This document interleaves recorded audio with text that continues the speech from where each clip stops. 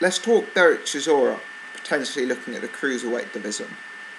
Somebody commented on my video about Dereck Chisora and future opponents for him that if he wanted to take boxing seriously, he should consider the move down to the Cruiserweight 200-pound division.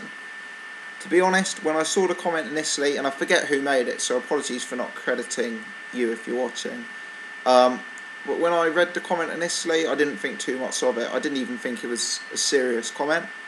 But today I've read 2 or 3 posts on boxing forums expressing very, very similar sentiments, that they think Dereck Chisora should drop down to the Cruiserweight division. Again, my first thought is, this is a guy who is just too big for Cruiserweight. This is a guy who would have to kill himself making the weight. There's no chance of it happening. But then the more I've thought about it, I'm beginning to think that there's an outside chance it could happen, and it is at least in the realm of possibilities. Let's be honest, Chisora's lost 5 times at the heavyweight division. He's quite consistent in that his 5 losses come to the best opponents he's ever faced. He's just not quite top 10 heavyweight, A grade. He's not at that level. So he's got a choice. He could take big money fights against the likes of David Price, Hughie Fury, Anthony Joshua, where he's being brought in as an opponent by a rival promoter, so as, to take a loss effectively. They're being brought in to lose. He could take those fights. You never know. Maybe he could cause an upset against Anthony Joshua or David Price. He's a tough guy and could take those guys into deep water. But realistically, I think his days as a world title hopeful are long gone. So perhaps best for him to consider pastures new, best for him to at least explore the possibility of Cruiserweight. Now, Dereck Chisora weighed in at 17 stone 3 for this fight. Now, I know Chisora's made an effort to get himself in shape, but that's not cutting weight. Chisora won't be dehydrating. He won't be going for runs in a sweatsuit. He won't be actively trying to get down to a fighting weight. He'll just be trying to be fit, trying to be healthy. Now, if we look at a big cruiserweight, someone like Marco Huck, David Haye back in the day, Tony Bellew, these guys, as I understand it, often walk around day to day around the 15 to 15.5 stone limit. They then dehydrate, run, sweatsuit the remaining weight off so they can balloon back up to 15 stone on the night of the fight. We saw this recently with the Bellew-Cleverly fight, where Bellew sort of ballooned up after the weigh-in, put on best part of a stone overnight. So what I'm getting at is, for Dereck Chisora to fight at Cruiserweight, he doesn't have to be walking around at 14.5 stone or whatever it is. He has to be walking around at 15.5 stone, and then cutting to 14.5 2 or 3 days before a fight. Now, I know this might seem unlikely because Chisora is a guy who's now in his 30s, who's never had to cut weight for a fight before, but potentially he could be a class act at Cruiserweight, whereas we're not seeing that at heavyweight. He's falling short of the David Hayes, the Furies, the Klitschko's in the heavyweight division. So it's something he could perhaps consider. The more I look into it, the more I think it's possible. Let's analyse, why is Dereck Chisora not a top class heavyweight? Well, he doesn't have the frame in terms of reach. If we look at the opponents he's lost to, Helenius, I know that was debatable, Klitschko, Fury, often these guys are much taller, bigger, rangier men than him who can keep him at the end of a jab. Well, he may not have that problem at Cruiserweight. There'll be a much smaller type of men. He'd be in with the likes of Cleverly, Bellew. Those guys wouldn't be able to keep him at range the same way that Klitschko can. Secondly, previously he struggled with conditioning, as we saw in the first Tyson Fury fight. Clearly, if he was making the cruiserweight limit, he'd be a guy in fabulous condition, so that wouldn't be an issue. Thirdly, I've always doubted Dereck Chisora's punching power. I've never seen him as a hard puncher. If we look at that first Tyson Fury fight, people say Fury's got a chin problem. Well, Dereck Chisora didn't do enough to hurt him, even though he landed a few times clean. You'd think Dereck Chisora as a cruiserweight would be punching harder than the likes of Bellew and Cleverly, certainly. So we shall see. For me, the reasons he's not making a grade A heavyweight could be potentially eradicated by a move to cruiserweight. I also read an article where, I believe it was his trainer Don Charles, but apologies if I got this wrong, where Don Charles said that Chisora didn't want to lose too much weight before the Fury fight. You know, you get to a point where you're happy with your fighting weight, but you don't want to, come in at 16 stone, because you're in against the 6'9" guy who weighs best part of 19 stone, and you don't want to be too light. You don't want to be too easy to be manhandled across the ring. This to me suggests that potentially Dereck Chisora has got more weight to come off. It's just that tactically they didn't want to come in too light, and risk being overpowered by a much larger heavyweight.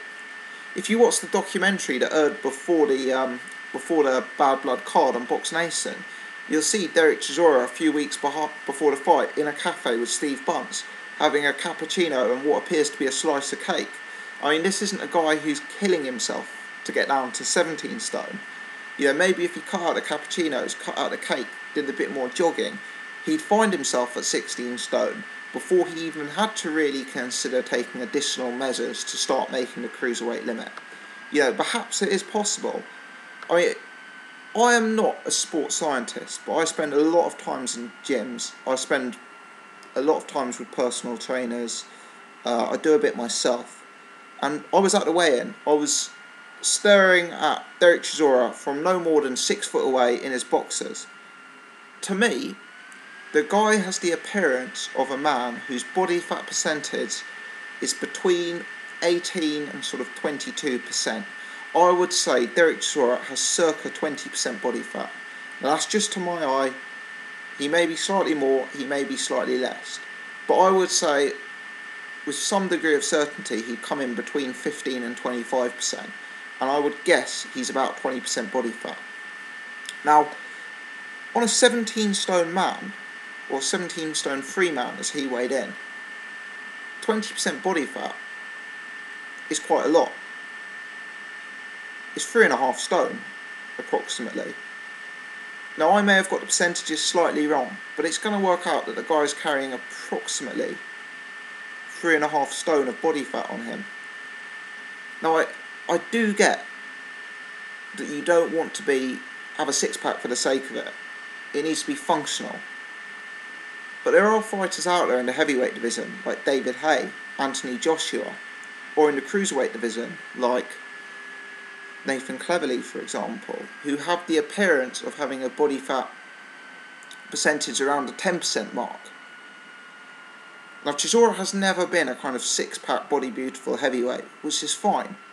But all I'm saying is that if he is a guy carrying 20% body fat, and we don't know that, and there are guys in the cruiserweight division and in the heavyweight division who box at the elite levels with 10% body fat, then potentially that 10% on a 17 stone man, the 10% difference equates to, well over 1.5 stone.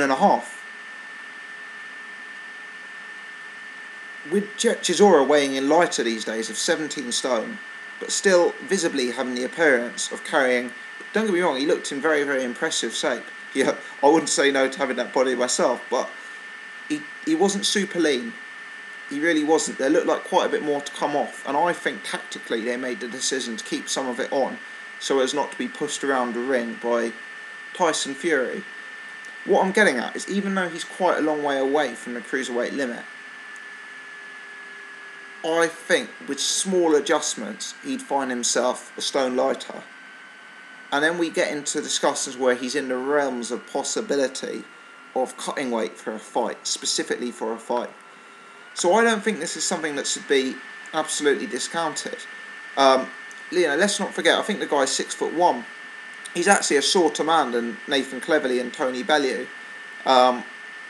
Potentially there is scope for him to fight a cruiserweight, and let's be honest, if you watched that Cleverly-Bellew fight the other day, you'd have to assume that Dereck Chisora, if he could make the weight, would have the beating of both of those guys. Neither of them would be able to keep him at the end of their jabs like Tyson Fury did.